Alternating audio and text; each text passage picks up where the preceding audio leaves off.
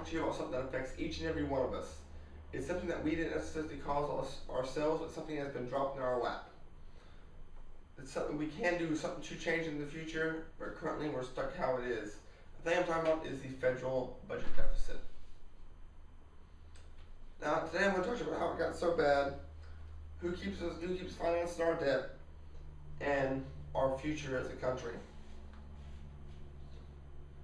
The main issue that we have such a big federal deficit and debt is because every year the annual deficit is bigger and bigger and bigger.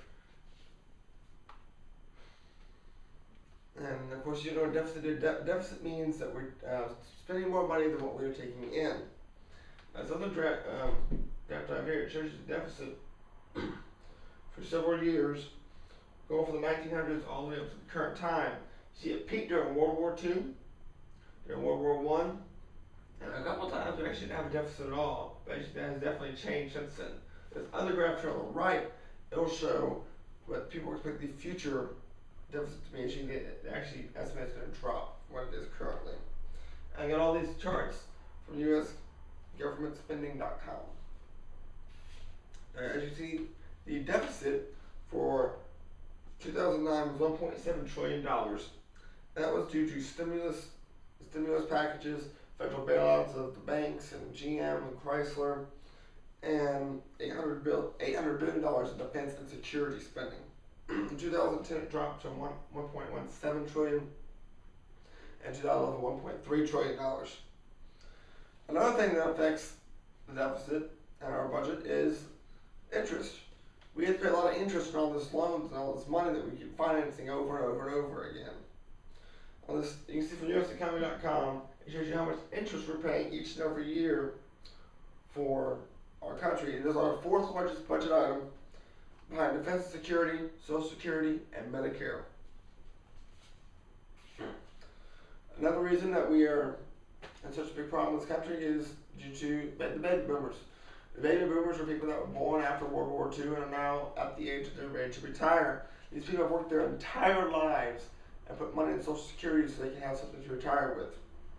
Well, the government had all this extra money sitting around, and there was a shortfall in the budget, so they decided to use this money to finance the future debt we had, and if it would be interest free.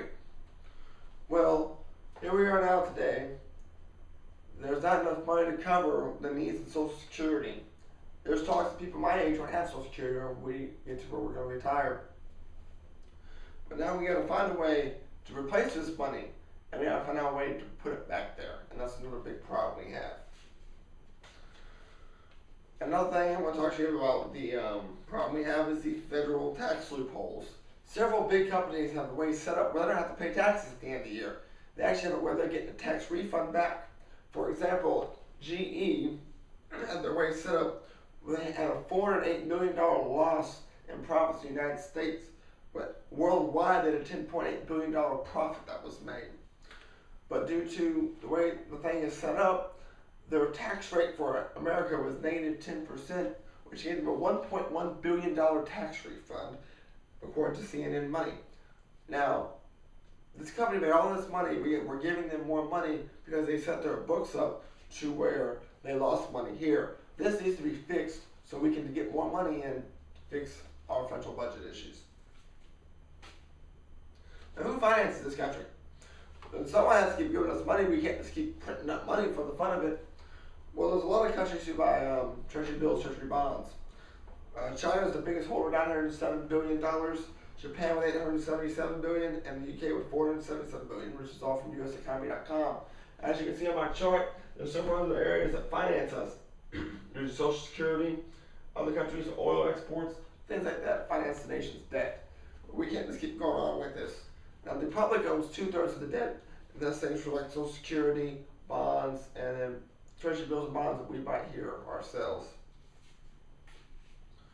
So what are we going to do about all this? The Social Security money, with the next 20 years, we have to replace all that money back in that account. And if we have no place to make it come from, the only alternative is to raise taxes or borrow more money. But currently, we are maxed out on our debt, so Congress is going to vote if they want to raise the debt limit or not. And that's going to make a big difference in what happens in this country. When it comes to foreign interest, it's just China and Japan. Japan's had that big earthquake. They could theoretically want to cash in those bonds, and that would cost. We'd have to give them the money, and we don't have the money to give them.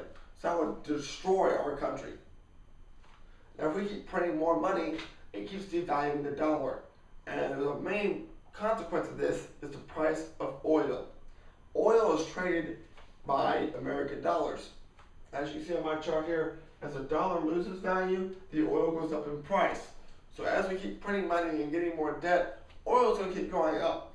And oil, so people argue, is one of the reasons that hurts our economy so much. So the more the dollar is devalued, the more our economy is going to be messed up due to the price of oil.